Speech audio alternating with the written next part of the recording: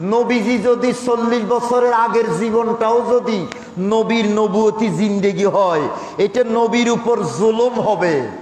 এই কথা বলা মানে নবীর প্রতি ভক্তি নয়, মোহাব্বত নয়, সম্মান নয়, নবীর প্রতি জুলুম। কারণ আল্লাহর নবী ওই 40 বছরে একবারও বলে নাই আমি আল্লাহর রাসূল। সুবহানাল্লাহ বলবেন না? ইমাম বাইদাবি বলতেছেন লাম ইয়াকুন মুতাআব্বিদান ক্বাবলা নবুওয়াতি বিশরিন। আল্লাহর নবী 40 বছরের আগে কোনো শরীয়তই মানতেন না। সুবহানাল্লাহ বলবেন না? এই দুই ভাগে ভাগ, দুই ভাগে ভাগ ওদের ভিতর।